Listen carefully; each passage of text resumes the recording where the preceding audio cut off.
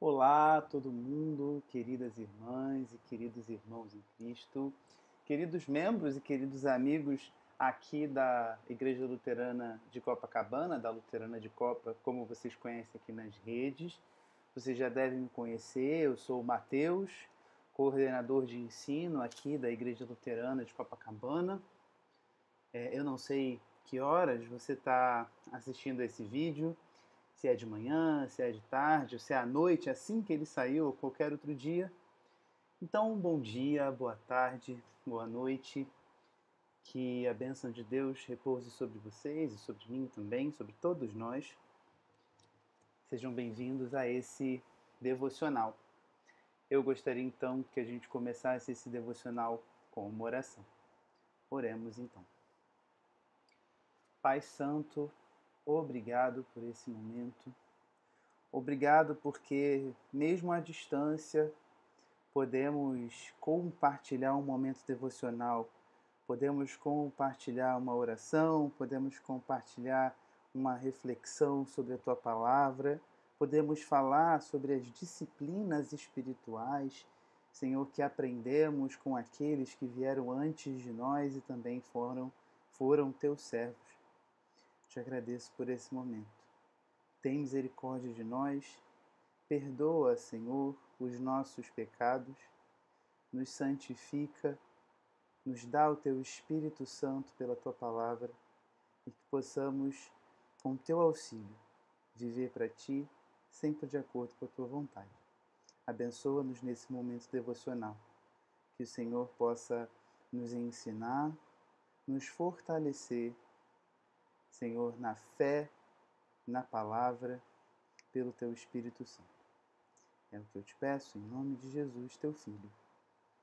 Amém. Nós temos na nossa igreja feito um estudo bíblico, para quem não sabe, né, ou para quem sabe, talvez não lembre, nós estamos no período da Quaresma, período do calendário litúrgico em que nos preparamos para a Páscoa, em que refletimos sobre a nossa condição humana, sobre a nossa fraqueza, refletimos sobre os nossos pecados, refletimos, como estamos fazendo nesta semana, sobre a confissão dos pecados. Quaresma é um período de confissão de pecados. É um período em que nós, dentro da doutrina da nossa igreja, dizemos que é um período de mais lei. Às vezes algumas pessoas ficam um pouco desconfortáveis, mas que é muito importante para a nossa jornada. Então, no período da Quaresma, desde o ano passado, nós começamos a nossa escola bíblica, a nossa série de estudos anual da nossa escola bíblica, com uma série sobre...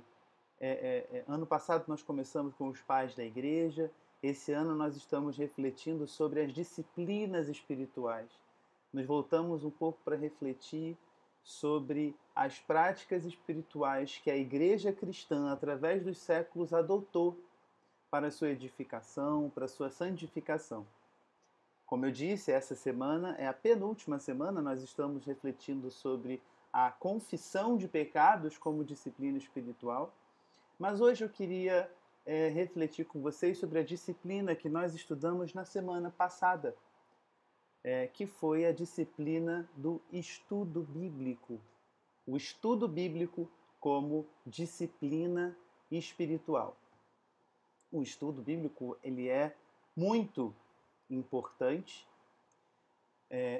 para a nossa edificação, para o nosso conhecimento da palavra de Deus, da vontade de Deus para a nossa vida, para o entendimento da nossa fé. E, às vezes, ele pode ser um pouco confundido.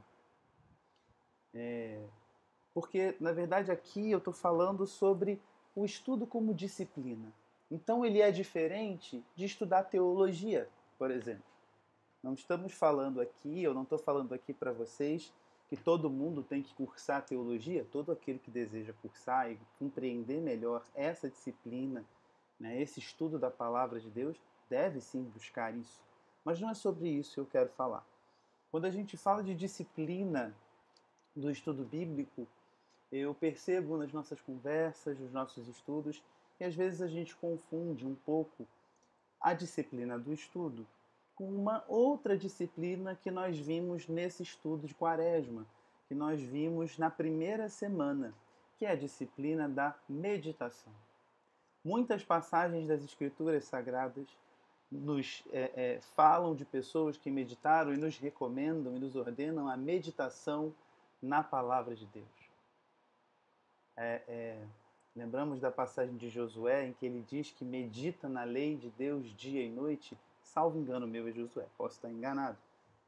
Mas a palavra nos diz isso. E muitas vezes a gente confunde o meditar com o estudo, porque nas disciplinas espirituais, talvez eles se cruzem um pouco.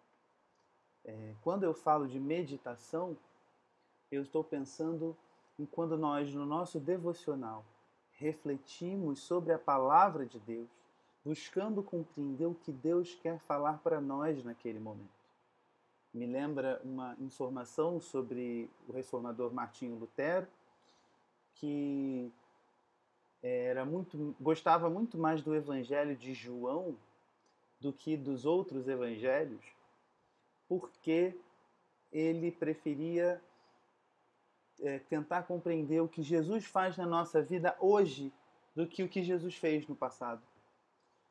A disciplina da meditação é uma disciplina em que nós meditamos sobre a palavra de Deus a fim de compreender o que Deus quer falar conosco, como que nós nos alimentamos da palavra naquele momento.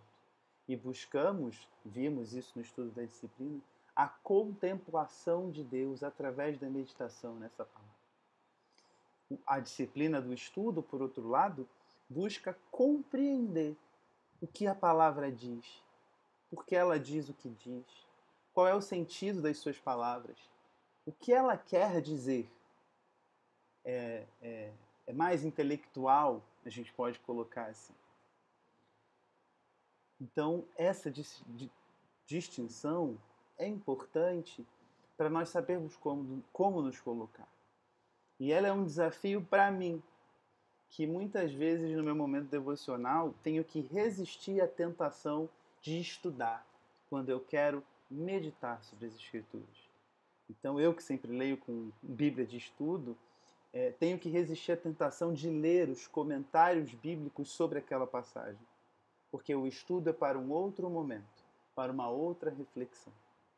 E é sobre isso que eu quero falar um pouco com vocês hoje, sobre a disciplina do estudo.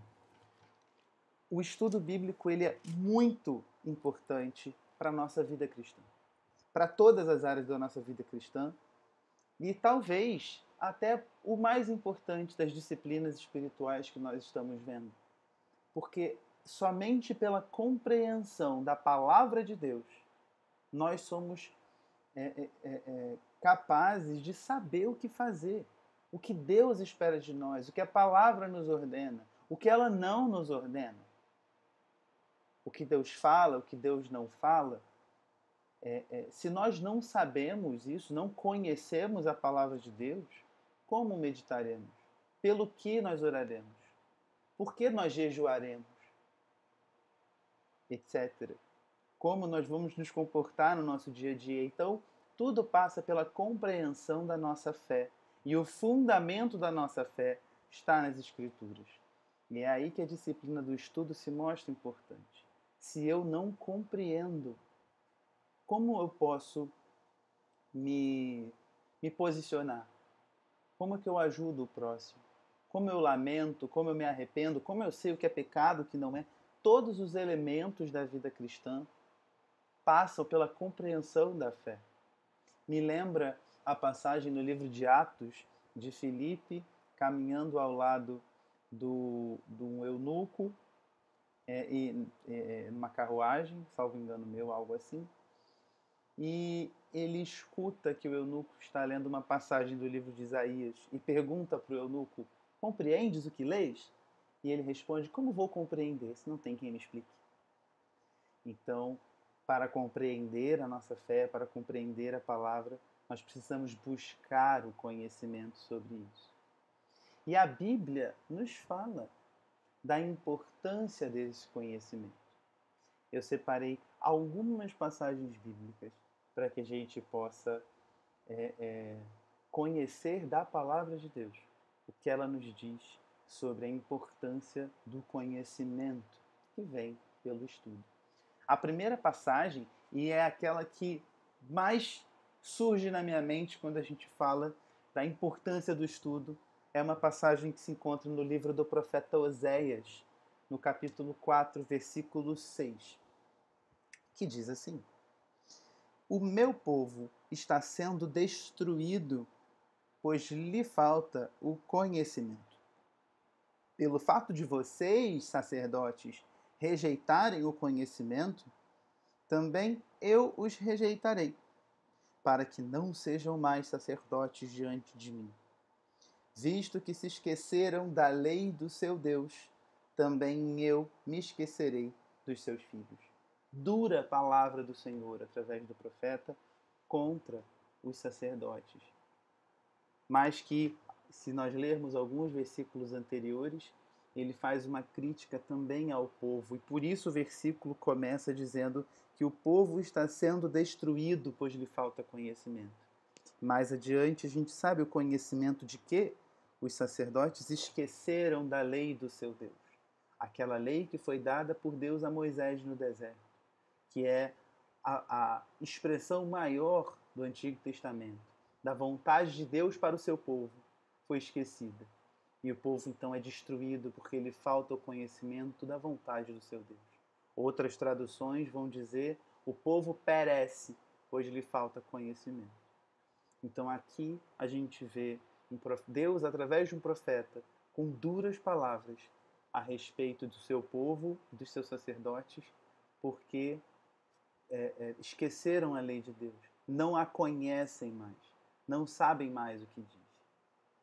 Uma segunda passagem, agora no Novo Testamento, que também gosto muito para nós pensarmos a importância do estudo bíblico, do nosso estudo diário das Escrituras. O estudo bíblico dominical nas nossas igrejas é muito importante, nós devemos frequentá-lo, mas também devemos ter um esforço diário de estudo das Escrituras.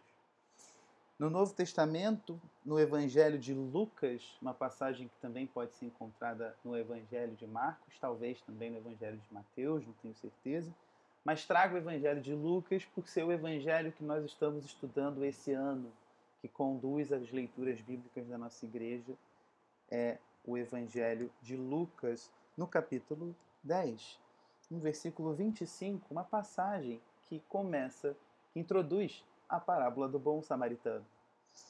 E é um texto bem breve no diálogo entre um certo homem da lei, um doutor da lei, portanto, e Jesus. E o texto bíblico diz assim, Lucas 10, versículo 25. E eis que certo homem, intérprete da lei, se levantou com o objetivo de pôr Jesus à prova e lhe perguntou: Mestre, que farei para herdar a vida eterna? Então Jesus lhe respondeu. Então Jesus lhe perguntou: O que está escrito na lei? Como você a entende? A isto ele respondeu, ele, o intérprete da lei: Ame o Senhor, seu Deus, de todo o seu coração, de toda a sua alma, com todas as suas forças e todo o seu entendimento. E ame o seu próximo como você ama a si mesmo. Então Jesus lhe disse: Você respondeu corretamente. Faça isto e você viverá. Lemos Lucas 10, dos versículos 25 até 28. O meu destaque a essa passagem é no versículo 27, em que o amor ao Senhor, ele é com todo o coração, com toda a alma, com toda a força e com todo o entendimento, com o nosso ser inteiro. E entre o nosso ser inteiro, como parte do nosso ser inteiro com o qual nós amamos a Deus com o nosso entendimento. Eu entendo nessa passagem que a palavra também nos fala da importância do estudo, do conhecimento da palavra. Amar a Deus com entendimento é buscar a compreensão intelectual da sua palavra. Deus, ele nos toma por inteiro. O Evangelho nos toma por inteiro, nos transforma por inteiro. Nosso intelecto também é transformado pela palavra. Então, não existe uma oposição, não à luz do Evangelho, à luz da palavra de Deus, entre o espírito e o racional, entre o intelectual e o espiritual. Tudo isso é envolvido pelo Evangelho, pelo Espírito Santo, né? É envolvido pelo amor a Deus. Então, duas passagens, uma no Antigo Testamento, uma no Novo Testamento, que nos convocam, que nos falam da importância de estudarmos a palavra de Deus. Outras passagens poderiam ser citadas. Todo o Salmo 119 é um grande louvor à lei de Deus. A importância do conhecimento da lei de Deus, o valor da lei de Deus, a importância da sua obediência. Então, nós não podemos ignorar isso. A importância de conhecermos a palavra de Deus. Às vezes pode parecer difícil, às vezes a gente pode achar que só estudando teologia se estuda a palavra, ou a gente olha pessoas como o pastor, né, que estudou bastante para estar onde está e fala, nossa, mas esse conhecimento é só para ele, é para pessoas especiais. E não é. O que a palavra de Deus nos diz, se nós somos chamados a amar a Deus como o primeiro e grande mandamento, é que todos devem buscar o entendimento das Escrituras. Todos devem se fortalecer no conhecimento e no estudo da palavra de Deus. Ou melhor, na busca pelo conhecimento da palavra através do estudo da palavra. E eu queria, então, recomendar algumas ferramentas básicas para que a gente possa conduzir o nosso estudo diário da palavra. Como eu disse, eu não quero dizer que precisamos estudar teologia, ou ler grandes teólogos, ou ler grandes pensadores. Isso é importante. É importante nós conhecermos a nossa tradição, é importante conhecermos o que pensaram e como leram a palavra de Deus aqueles que vieram antes de nós. É importante saber que nós estamos inseridos numa tradição que já tem 2000 anos.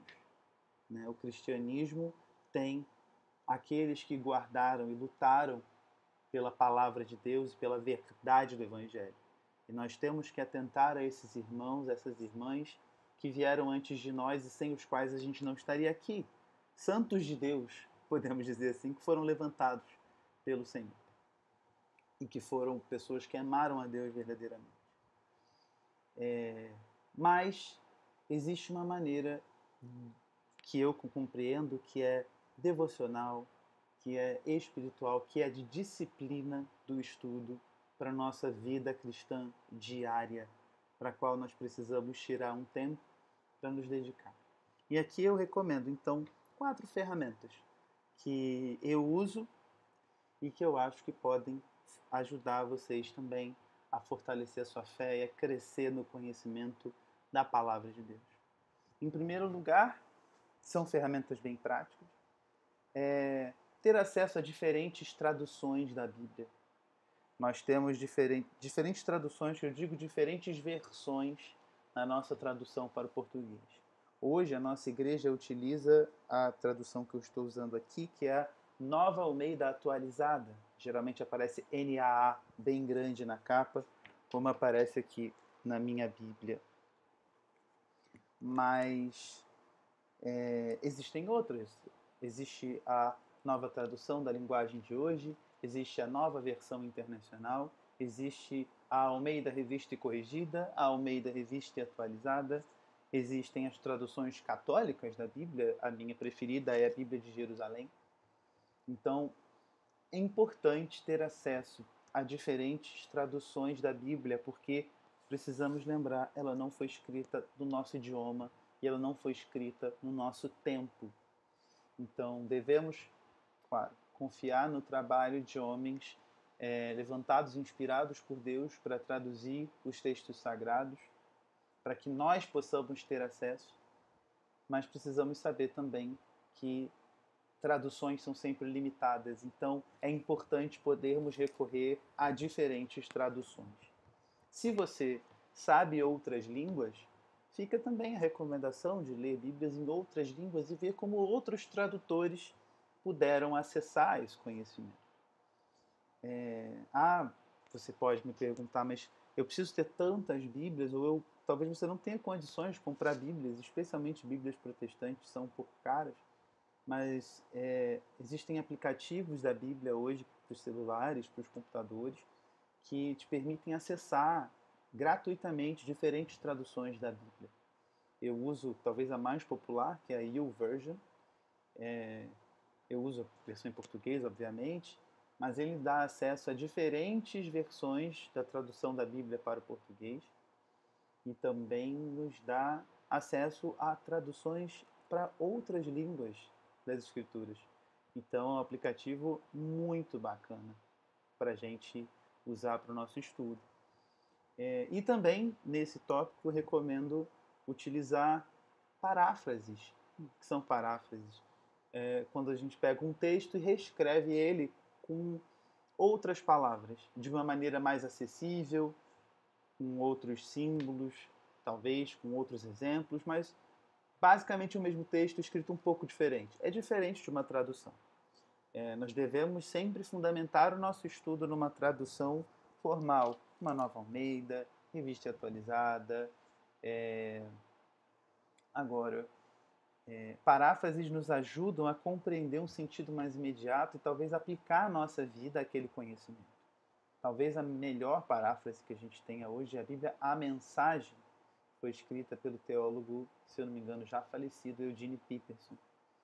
Recomendo bastante, é uma leitura muito agradável, especialmente se você tem dificuldade com a linguagem muito formal da Bíblia. A Bíblia A Mensagem pode ajudar muito a compreender determinadas passagens, determinados textos. E, em segundo lugar, é importante ter acesso a uma boa Bíblia de estudos ou a uma Bíblia de estudos. Nós podemos, e é importante que a gente possa ler a Bíblia e ter a nossa experiência com ela através da nossa doutrina, da nossa tradição. Mas Bíblias de estudo nos ajudam a compreender melhor passagens. E esses estudos são escritos por irmãos que dedicam a vida à compreensão da palavra, à compreensão dos textos em sua língua original. Então, elas nos ajudam muito a aumentar o nosso conhecimento.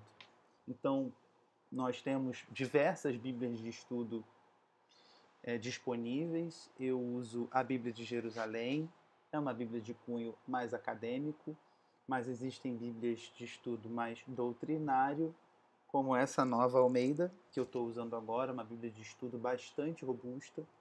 Né? Temos Bíblias com estudos mais confessionais, tem a Bíblia de Genebra, que é uma Bíblia de estudo reformado, né, de orientação calvinista. Temos a Bíblia de estudo da Reforma, que é a Bíblia de estudo que apresenta a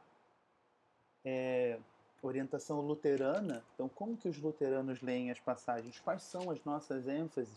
A Bíblia da Reforma nos dá essa orientação. Então, ter uma Bíblia de estudos é importante. E é importante também, esse é o terceiro ponto, saber a orientação da sua Bíblia de estudos.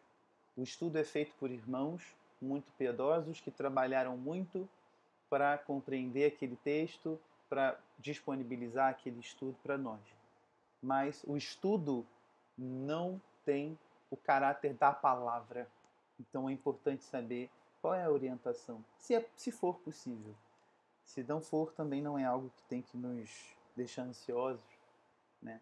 Mas estudar uma Bíblia de estudo também é um pouco compartilhar o conhecimento de outros irmãos. Faz parte um pouco da vida em comunidade, né? Nós acreditamos nas vocações e como Deus ordena as nossas vocações, e quando estudamos irmãos que se dedicam mais a esse estudo, né, que compartilham o seu conhecimento, nós também valorizamos a vocação que Deus deu a esses irmãos.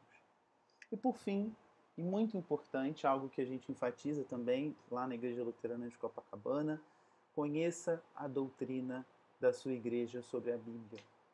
É muito importante conhecer a palavra, é muito importante conhecer a doutrina sobre a palavra. Porque a palavra é a mesma, mas às vezes as ênfases são diferentes. E para crescer em comunhão na leitura da palavra, é importante conhecer a doutrina que fundamenta a nossa fé. Então, 4 pontos, 4 ferramentas para que a gente possa ter uma rotina disciplinada de estudo das Escrituras, ter acesso a diferentes traduções da Bíblia, especialmente quando tivermos alguma dúvida, alguma passagem difícil, ter acesso a uma Bíblia de estudos, saber a orientação dos estudos dessa Bíblia de estudos que você usa e conhecer a doutrina da sua igreja, o ensino dela sobre a Bíblia. São 4 ferramentas que nós utilizamos, que eu utilizo na minha vida devocional, no meu estudo, que a nossa igreja, através da escola bíblica, também tem trazido. Quando falamos sobre estudo na semana passada, falamos sobre a questão das traduções, como é que às vezes elas podem trazer palavras que para nós são muito incômodas, como por exemplo que devemos nos aproximar de Deus com temor e tremor.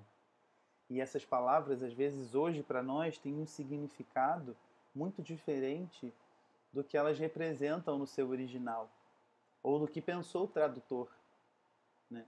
Então é importante a gente ter essa busca por esse conhecimento, porque a Bíblia é um livro que nos desafia, mas também nos encanta.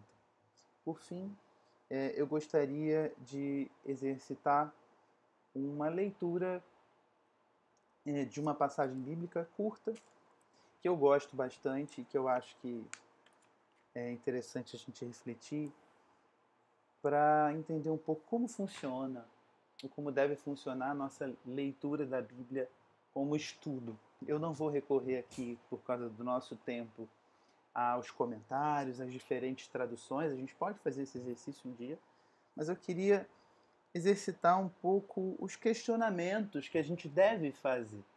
O que a gente deve prestar atenção quando a gente lê um texto bíblico? Eu vou ler um texto que já começa no meio de um capítulo já começado. Isso tudo é muito interessante para a gente. Então, eu vou ler com vocês uma passagem que a gente encontra em 1 Coríntios, capítulo 2, do versículo 6 ao versículo 10. 5 versículos. Vou ler o texto todo, depois a gente reflete um pouco. Isso é importante, ler o texto, compreender o seu contexto, o que está acontecendo ali. É o primeiro passo para a gente buscar, para a gente estudar uma passagem bíblica, para a gente ir com uma disposição de estudo para uma passagem, uma disposição mais intelectual. O apóstolo Paulo diz assim: no entanto, transmitimos sabedoria entre os que são maduros, não porém a sabedoria deste mundo, nem a dos poderosos desta época, que são reduzidos a nada. Pelo contrário, transmitimos a sabedoria de Deus em mistério, a sabedoria que estava oculta e que Deus predeterminou desde a eternidade para a nossa glória. Nenhum dos poderosos deste mundo conheceu essa sabedoria, porque se a tivessem conhecido, jamais teriam crucificado o Senhor da glória. Mas, como está escrito, nem olhos viram, nem ouvidos ouviram, nem jamais penetrou em coração humano o que Deus tem preparado para aqueles que o amam. Versículo 10. Deus, porém, revelou isso a nós por meio do Espírito, porque o Espírito sonda as coisas, até mesmo as profundezas de Deus.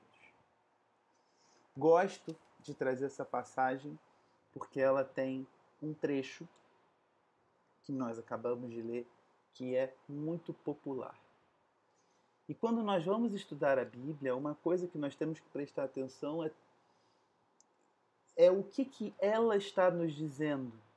A gente muito naturalmente já lê a Bíblia pressupondo um entendimento sobre ela. Tem passagens bíblicas como o Salmo 23, o Senhor é meu pastor e nada me faltará. Porque a gente já ouviu tanto, e já ouviu tanta gente pregar, e já viu tanto sobre essa passagem, que a gente acha, que a gente já sabe o que ela significa. E muitas vezes, porque ela é tirada do contexto, ou porque a gente já ouviu tanto que nunca mais leu, ela diz outra coisa. Então, o primeiro passo é tentar suspender os nossos conceitos pré-estabelecidos, o nosso conhecimento prévio, e tentar receber da palavra o que ela está dizendo ali. Fazer um exercício de interpretação do texto, né, de compreensão do que ele está dizendo, em vez de já saber o que está escrito. Então, essa passagem nem olhos viram, nem ouvidos ouviram, nem jamais penetrou em coração humano o que Deus tem preparado para aqueles que o amam. Ela é muito comum, tem até música sobre isso, e geralmente, pelo menos na minha experiência, talvez vocês tenham outras, ela é aplicada à promessa de Deus. Deus tem tantas promessas para nós que o nosso coração não consegue conceber, né? Que os olhos nunca ouviram, que os olhos nunca viram e os ouvidos nunca ouviram. Só que não é sobre isso que o apóstolo aqui está falando. Existem promessas de Deus e são insondáveis. A palavra dá testemunho delas. A bondade de Deus para conosco é muito maior do que nós podemos conceber. Mas essa passagem específica não fala sobre isso. Então, o primeiro ponto é deixar de lado o que a gente acha que sabe e receber como novidade aquilo que a palavra está dizendo. Em segundo lugar, essa passagem ela começa no meio de uma história. Vocês percebem que Paulo começa falando, no entanto. Bom, se é no entanto, é porque alguma coisa ele falou atrás. E é importante entender que texto é esse. É uma carta que Paulo escreveu para uma igreja. É uma carta que tem um destinatário, que tem um contexto, que é imediata. Entende? No último estudo bíblico até falei um pouco sobre isso. É uma diferença que eu ouvi recentemente entre falar para e falar com. O texto, por exemplo, da carta aos Coríntios, ela fala com os coríntios, diretamente. Ela é escrita para eles. Então, vou falar com você alguma coisa, quando a gente fala, geralmente ela é uma fala mais direta. Então, quem está recebendo essa carta, quem está escrevendo essa carta está escrevendo para um endereço específico, para um contexto específico, que não é o nosso. Mas essa carta, que está na palavra de Deus, que é a palavra de Deus, ela fala para nós também. Então, ela fala com os coríntios, com aquela igreja naquele tempo, em que o apóstolo ainda estava vivo, mas ela também fala para nós hoje, né? Então, a gente precisa saber que o contexto é importante, porque tem coisa que a gente não pega, porque ela não foi escrita para falar com a gente, mas ela fala para nós hoje. Espero que não tenha ficado muito confuso isso, essa distinção que eu acho importante. E qual é o contexto, né? Quando Paulo fala com os coríntios, sobre o que ele fala? Nesse contexto aqui, ele está falando sobre Cristo. O centro do texto, desde o capítulo 1, é Cristo. E ele está opondo a sabedoria de Deus à sabedoria do mundo. Aos olhos da sabedoria do mundo, a gente vê no capítulo 1, que nós não lemos aqui, a pregação de Jesus Cristo crucificado é loucura. É isso que ele está dizendo no capítulo anterior. Então, ele opõe a sabedoria do mundo à loucura de Deus. Que aqui, nesse capítulo 2, ele está dizendo que é a verdadeira sabedoria. E uma sabedoria que os homens, que os poderosos, não entenderam. Então, quando ele fala no entanto, ele está saindo dessa ideia da loucura, que é a palavra da cruz para os seres humanos, e dizendo que ela é verdadeira sabedoria. Porque não é a sabedoria desse mundo, mas é a sabedoria de Deus, que é mistério e que estava oculta, ele fala no versículo 7. mas que Deus, desde a eternidade, predeterminou para nós. E que sabedoria é essa? É a sabedoria da cruz. É a sabedoria do ministério, do trabalho de Jesus na cruz. A obra de Cristo na cruz é a sabedoria que o mundo não entende, é a salvação operada pelo Cristo crucificado. E nenhum dos poderosos deste mundo conheceu essa sabedoria, porque se tivesse conhecido que Cristo crucificado, Deus sendo crucificado, era a sabedoria de Deus para a nossa salvação, não teriam crucificado. E aí vem essa passagem que eu destaquei para vocês. É coerente que os poderosos não tenham conhecido a sabedoria de Deus em Cristo, porque está escrito que nem olhos viram, nem ouvidos ouviram, nem jamais penetrou no coração humano o que Deus tem preparado para aqueles que o amam. Então essa passagem diz que para a sabedoria do mundo, a sabedoria de Deus é mistério. Não dá para conceber. E nesse sentido, não dá esperança, dá desespero essa passagem. Só que o apóstolo Paulo, no versículo 10, resolve esse problema. Apesar dos poderosos não terem conhecido, porque essa sabedoria de Deus era misteriosa e estava oculta, ela é revelada a nós pelo Espírito. O Espírito Santo, que conhece a interioridade de Deus, nos revela a sabedoria de Deus que há na salvação que é operada por Cristo na cruz. E essa passagem é sobre isso, é sobre a centralidade de Cristo e a revelação da sabedoria de Deus em Cristo. Quando eu pude entender essa passagem lendo dessa maneira num estudo bíblico que eu conduzi, eu fiquei abismado. E muitas das concepções que eu tinha sobre esse texto caíram e novas se formaram. Porque a palavra falou comigo. Porque eu atingi um conhecimento que antes eu não tinha. E é a isso que se destina a disciplina do estudo da Bíblia.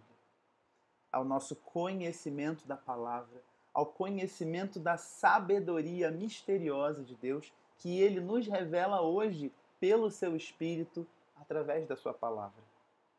E aí, nós amamos a Deus com o nosso conhecimento, e aí nós somos fortalecidos e permanecemos, ao invés de sermos destruídos, porque conhecemos a palavra. E assim nós podemos, com consciência, exercer a nossa vida cristã e as demais disciplinas, conhecendo a palavra de Deus. Era isso que eu queria compartilhar com vocês. Espero que eu não tenha perdido o controle, ficado muito empolgado e falado de maneira talvez muito difícil, muito rebuscada. Eu desejo que vocês estudem a palavra de Deus, que a Bíblia desperte em vocês um desejo cada vez maior de conhecê-la e que esse desejo seja conduzido por Deus através do Espírito Santo e que todos os dias a palavra fale conosco coisas novas. Façamos uma oração para encerrar a nossa devoção. Pai Santo, obrigado por esse momento. Esteja conosco. Nos revela a Tua palavra todos os dias. Que a Tua sabedoria que estava guardada em mistério seja revelada a nós pelo Espírito Santo. E o Senhor nos ensine a palavra e nos dê o conhecimento da sabedoria de Deus, que é sempre loucura diante da sabedoria do mundo. Que nós possamos aprender da sabedoria do Cristo crucificado. Que nós possamos conhecer a Tua vontade, que nós possamos ser edificados por esse conhecimento e assim possamos Te amar inteiramente. É o que eu te peço. Nos abençoa, nos dá uma boa noite, um bom dia, uma boa tarde. Esteja conosco todos os dias, até a Tua volta. Em nome de Jesus. Amém. Muito obrigado a todos, agradeço a oportunidade que o pastor me deu de conduzir essa devoção. Espero que possamos compartilhar juntos da palavra, possamos estar nos estudos de domingo compartilhando sobre ela e ter a cada dia novas descobertas maravilhosas sobre a palavra de Deus e dificuldades também, para que possamos juntos ler a palavra e juntos conhecê-la melhor. É isso. Deus abençoe a todos nós. Nós nos vemos em breve. Uma boa noite, um bom dia, uma boa tarde. Tchau, tchau.